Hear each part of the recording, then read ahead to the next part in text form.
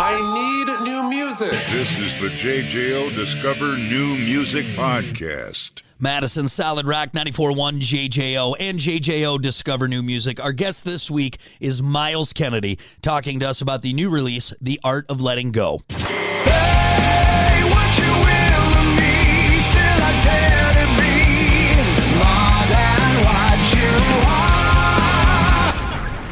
are. There he is. Myles, how are you, buddy? Good. How are you doing? I'm doing good, man. Good to see you. Good to see you. Oh, I think this is our third meeting. Yes. Unfortunately, it's only ever been on Zoom. One of these times, you got to stop dodging my friend requests. We're going to get together, I swear, Myles. I'm sorry about that. I know you're busy, but man. I feel like such a jerk. Oh, man. Well, I am super excited to talk with you here on Discover New Music. The brand new album, The Art of Letting Go, October of 2024 is when we got it. So it's been out there marinating. People have been loving it, doing great all over the place, and for good reason. And before we get into it, I want to lay something out, and then I have a two-parter question. So timeline-wise, you had Year of the Tiger, solo record in 2018. Living the Dream with Slash and the Conspirators 2018. Walk the Sky, Alter Bridge 2019. Ides of March, solo 2021. Pawns and Kings, Alter Bridge 2022. Record number 4 with Slash and the Conspirators 2022. Art of Letting Go, solo 2024. Two-part question. How in the hell do you keep everything straight? Also, when do you sleep, Myles? My God. I have no life outside of music. Obviously, I'm a complete. No, it's crazy when you put it that way. And I've never heard anybody string it all together, and it kind of wow, yeah. I just I like being a part of bands and creating and writing, and what else is there to do? Nothing. Right. Well, you've also been quoted as saying is that you're fortunate in that you made a hobby into a career, and I know even from your early roots, I think music has just been, if you weren't doing it, you'd probably go crazy, a la a nonstop barrage of music from all over the place. Yeah, exactly. No, I really feel lucky. Yeah. Insanely lucky that this has all worked out the way it has. Yeah. Well, we are insanely lucky because once again we get more fresh music from Myles Kennedy and this new record, The Art of Letting Go. And as we just talked about, you have Alter Bridge, you have Slash and the Conspirators. You probably have a contact list of people who would kill to work with you. So I guess, why is it important to you to have a solo record and this solo record? I think it's, doing solo records is kind of the opportunity to really test yourself, because you don't have people to bounce ideas off of at the genesis of the songwriting process. No. So and I like that because it helps me as an editor. It helps me narrow down what ideas are worth working on, and so then when I go back to Alter Bridge or working with Slash, I feel like I'm more of a fine-tuned machine at that point, because it's like there's no atrophy sets in creatively. I'm always creating, and I feel like it's helped all the entities in a lot of ways. Just I stay on my toes. Yeah. And when it's good, it's, with everything, it's a tool, it's a muscle. You gotta work that muscle. And I think it's for an artist like you who has been able to dabble in so many different areas. I wonder, do you have to rewire your brain when you go to do solo? I know you're working on the skills, but is there a different mindset when it's like, all right, it's me, myself, and I? How does that play out? Yeah. When the three of us get together to work, me, myself, and I. It's much different. It's a much different process in that. First, stylistically, I kind of do whatever. But it's also, with Alter Bridge, it's heavier. It's a lot of detuned stuff and almost metal at times. And generally with the solo stuff, it tends to lean more towards blues based. That's kind of a lot of the guys that influenced me when I was coming up the ranks. I loved metal, but like as far as a player goes, I was really into, guys who were inspired by the blues. So I like to touch on that and touch on, that's kind of where my, it's fun to get back in those waters. Have the guys ever come to you and been like, what? Hey, you just wrote that bitchin' song. Did you save it for yourself? What the hell, Myles? Sure. Yeah. Oh yeah. In fact, I remember Mark heard the demo for the title track of Ides of March, and I talked to him on the phone. He said, "Oh man, I wish you saved that for us." And I was like, "I just didn't think it would fit." So yeah, but it's the same thing's happened with him, where he'll have a song on his solo record, like the lead single on his new solo record. I was like, "Oh man, you should have saved that riff for Alternate Pitch. It's killer." I know. And then of course Mark comes out with this great voice. You're like, "Man, I can do that singing for you, Mark. Throw me on there. I can do it." Right? There you go. There you go. You had Michael Elvis Pasquette, Elvis on this one, produced this record, and you've probably lost count at the amount of times you've worked with him on all aspects. But in that personal relationship, long lasting, why is that so important to the sound you're going for on this solo record? Because I trust him. And that's a big part of it. Now, not that it's other people I've worked with, not that I didn't trust them, but it's so familiar now with Elvis.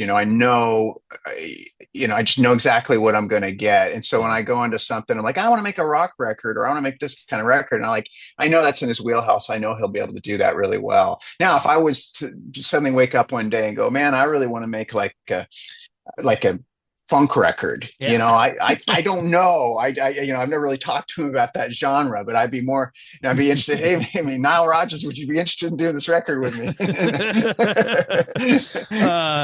Seeing that on there, it's cool to see that relationship, and obviously how copacetic it is on all ends. And obviously you guys have made beautiful music together for a long time, and we see that in the latest solo project, The Art of Letting Go.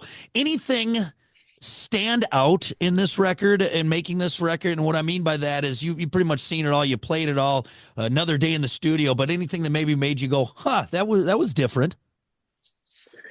So that's a great question. Let's see. No,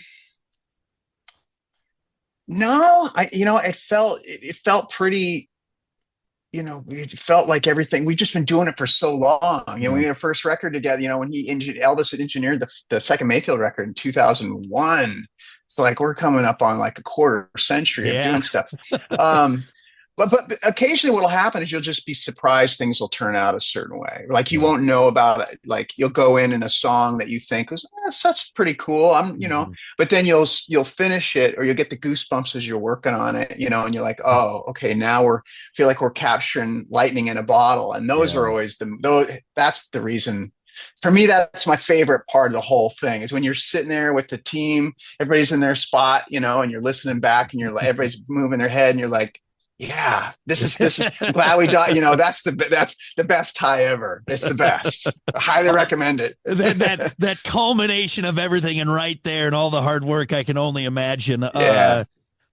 Favorite track on the record, and if that's a bad way to word it, how about a track that speaks to you really on this record? My favorite track is a song called Behind the Veil, and it's like a longer song, and it's kind of about the riff. It's it's just something about the pocket of that song, and in the solo I take this long extended guitar. So, and then when live I extend it even long. It's like I'll play like a 5-minute guitar. It's very self-indulgent, but I'll admit to that right now. But it's fun. It's all about fun. That's the thing about the solo thing. It's just about having fun and really Zia, the drummer, we played together as kids. I've known Zia now for 40 years, and we played high school bands together, and then we were in the Mayfield Four together, and Tim Turner, bass player, he manages the whole thing, but he's also a killer musician. So it's just a lot of fun all the way around. And it's very interesting because here you are, and I actually just talked to Jerry Cantrell. I'm sure you know very well. And he is coming up on being a rock star at almost 60, and he had a lot of that same kind of fun in his voice. And it's making me giddy listening to you talk about it. It sounds like, not that you haven't had fun before, but at 55 and making this solo record and really being in this comfortable, fun spot, even after all these years. Yeah, it really is kind of fascinating. It's just, a fan the other day I ran into, and she's like, you just look like you're having so much fun right now. And I'm like, you're on to me. You caught me. I'm having too much fun. I shouldn't be having this much fun at this stage in life, but I'm great. Look, it goes back to just being grateful, and kind of what I alluded to earlier is like realizing how lucky I am. Not Yeah. only do I get to play in one band that gets to tour, make records, but somehow I've managed to do like three of these be part of three projects. So yeah, if you'd have told me all this, 30 years ago, this is going to play out this way, I'd be like, you're high, man. There's no way. Yeah, you should be that crotchety old rock star with your own tour bus. You don't talk to Right. anyone. I did. We're glad it's not that way, though, Miles. We're No, glad no, it's no. not that way. Well, hey, we're super excited to have brand new stuff from you. And again, The Art of Letting Go, released late part of 2024. And I know we got plenty more coming for it. And I'm sure, again, if you missed the first part in that laundry list of things that Miles has put out, I have a feeling we're still going to see plenty more. No slowing down at this point. I got a couple more questions. We're going to do rapid fire, but Sure. as the seasoned vocalist and also guitarist that you are on a solo record, where do you find yourself pushing yourself more, on the playing side or the singing side? The solo record, definitely playing. Yeah. Yeah, without a doubt. That's where I'm really, really focused. Yeah. Yeah, and I guess that makes sense because when you look at your other projects, you got these world renowned guitarists, Right. and this is your chance to really go my solo and really push yourself. Right. Yeah, My solo. This one's mine. no Thank you Mark, very no much. Sledge. Step aside. 7 minutes later, I love it. It's Right. The last thing I want to bring up now that we got the new record out there and just very excited for that and what's to come. I don't want to get, put the cart before the horse because we're enjoying that one. I love bringing this up because as a fellow fan of just music and music theory and just the history of all of this different music, and as I know you have a strong jazz background. You were even in a band, and we talked about this last time, but I love telling people about this. You were in a band called the Cosmic Dust Fusion Band, which is the most jazz band sounding name out there. Right. You even put out a well-received record in 91 called Journey. Is there ever in the future a chance at maybe a Myles jazz work? I would love that. I Yeah. just don't know. I don't know how the people, like the fan base, I don't know how they're going to react to that. Look, if left to my own devices, who knows? Maybe I would totally be down with that. Yeah, I love jazz. Yeah, I was Yeah. just talking with some friends. There's a band that came out on tour with us a few years ago with Alter Bridge called MJT. They're amazing. They're like seasoned jazz players too. These cats are amazing, and we always we nerd out on jazz and stuff. But I would like that if someone's interested. Yeah. Maybe. Hey, Yeah. you heard it here. I'll put the ad out. I'll make sure everyone knows, and you hit Myles up. We'll do something awesome in the jazz world. If Metallica could do that one with Lou Reed, I feel Lou Reed. yeah. I mean, you could do it. That's a Easily. good point.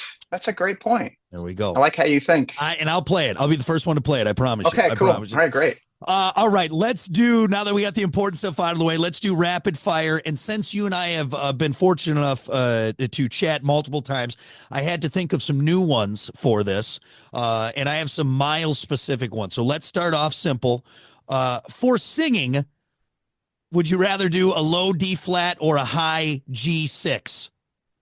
Oh, jeez. I'm gonna say, well, low D flat. Yeah, Yeah. Oh, yeah. Yeah. The G6 is like in the stratosphere. that's up there. I know you got one of the high, I think it's just over 4 octaves. So I figured I want to see if you do that big, Steel Dragon Right. note up there, or maybe you go low. But if you'd asked me 25 years ago, I'd probably said the G6. But I don't want to paint myself into a corner at this stage in life. I like the lower stuff. Some guy at a concert just holding a sign up that says, sing the G6. Yeah. And I'm not like, Exactly. Yeah, exactly. Just a bunch of signs say G6, and they crowds chant G6, G6, G6. lot How of weird pollen would in that the be? air. You're outside, Exactly. man. It ain't going to happen. You It's can do not it. going to happen. I'll do the low D. All right. What about this? Sneakers or sandals? Ooh, well, given that I have these goofy looking monkey toes, I'm going to say sneakers because you don't want to see my feet. My wife is always laughing. She's like, your toes, they're longer than your fingers. You could play guitar with your toes. Maybe that's what I'll do on the next record. And there you go. A complete toe song. It'll be amazing. Toe song, right? And I don't want to give you a complex. I'm sure they're beautiful. Oh, no, they're weird. They're weird. Billy Ocean or Billy Idol? Ooh, that's tough because I do like Billy Ocean, but Billy Idol. Billy Idol. If it's with Steve Stevens, I got to go there because Steve Stevens is one of my favorite guitar players, and Billy's one of my favorite frontmen. And his voice, I love it. Brilliant. And they put out a song a few years ago that was awesome. Amazing. Yeah. Still got it. Even in all these years, the fact that he still has hair after bleaching for that many, that kind of harsh chemicals, that's amazing. It's unbelievable. I totally agree. New England clam chowder or a creamy tomato bisque?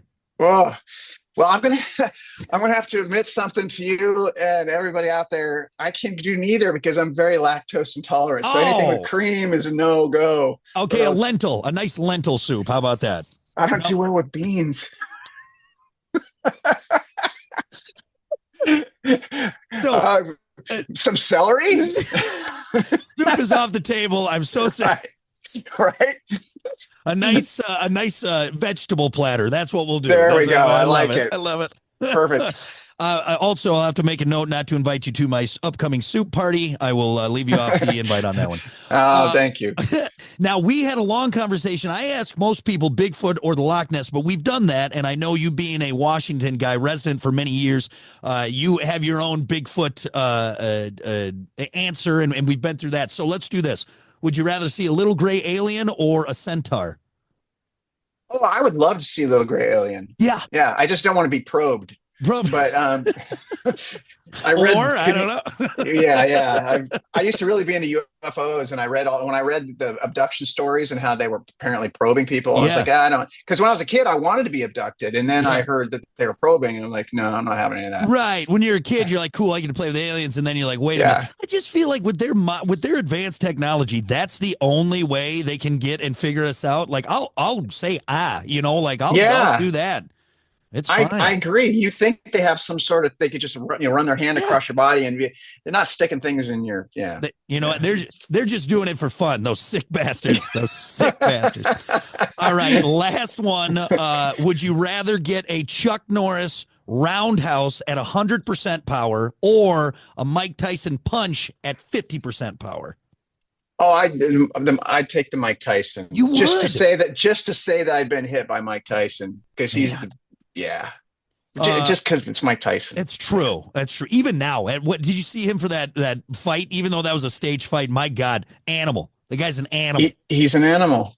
I mean, I just remember when he first came on the scene. I used to love boxing when I was a kid, and wow. What a beast. Amazing. In his prime. All right. Well, it's the last thing you do because, we'd be at your funeral afterwards, but that's all right. I would. Thank you for humoring me. More importantly, Myles, thank you once again for taking time to talk new music. Again, The Art of Letting Go is out now. Go get it. And I can't wait to see what's next. Jazz fusion or whatever it may be, buddy. Right on. Well, this was a lot of fun. Always a pleasure. All right. Thanks, man. I appreciate it. All right. You take care. Listen, rate, share, subscribe. Discover new music now at WJJO.com, in the JJO app, or wherever you get your podcasts. Brock has a new interview every Thursday evening between 6 and 7. 94.1 JJO.